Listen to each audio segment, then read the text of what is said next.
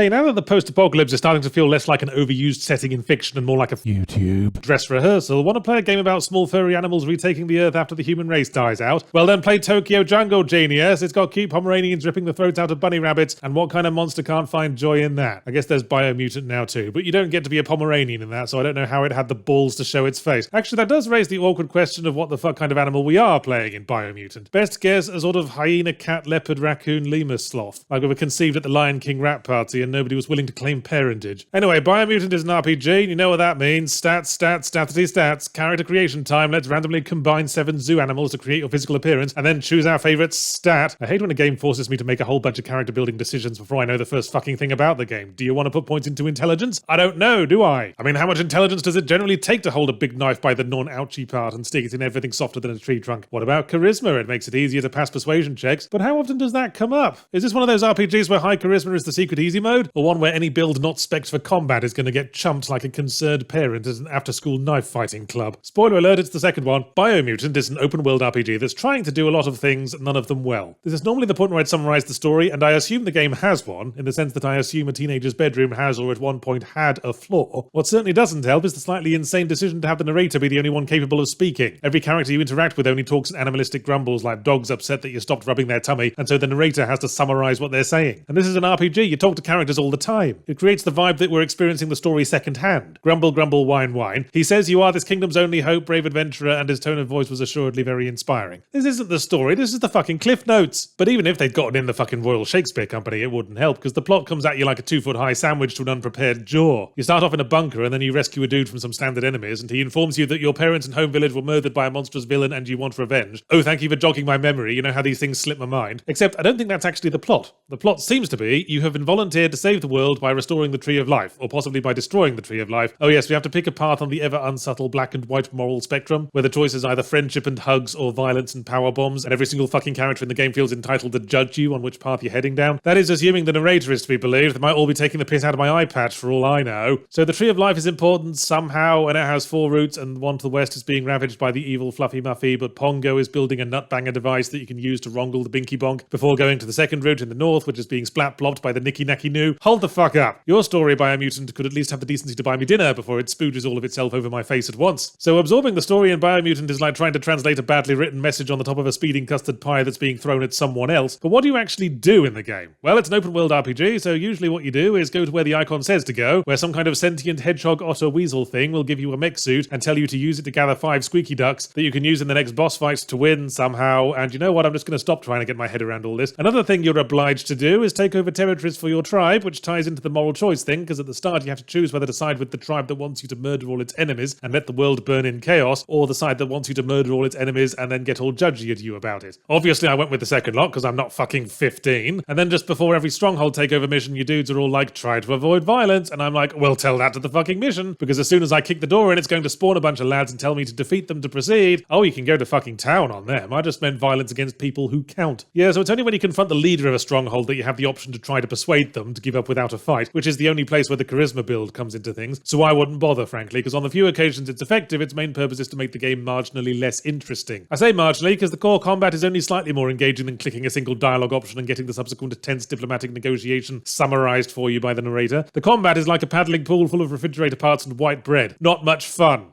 And shallow, and for babbies, and overcomplicated. You've got your one-hand weapons and your two-hand weapons, which can be fully customized with different hilts and blades and various add-ons, customizable armor parts, ranged weapons, combo attacks, magic attacks, parries, ripostes, wedgies, holding them down and gobbing on their face, and it all goes to waste, because the moment-to-moment action just doesn't have any satisfying weight to it. It's just watching bouncing furballs waving sticks around like Ewoks holding a rave inside a tumble dryer. And then you realize your stamina comes back way too fast, so you might as well just spam your favorite magic attack over and over again like you're sick of babysitting and it's the button that turns on Sesame Street. In Microcosm, the combat displays the issue that runs through the entire game, that it's thrown too many ideas into the pile without thinking about how it's going to fit them all through the door. The story and mechanics needed to be paced out better, or indeed at all. I can't engage with the plot, and none of the mechanics are fun. There's no solid core here to bring everything together. It's like they kept adding stuff to a shish kebab and then ran out of skewer, so they started hot gluing chunks of meat and bell pepper to the end, and needed to realise that there are much more elegant ways to get someone to leave your barbecue.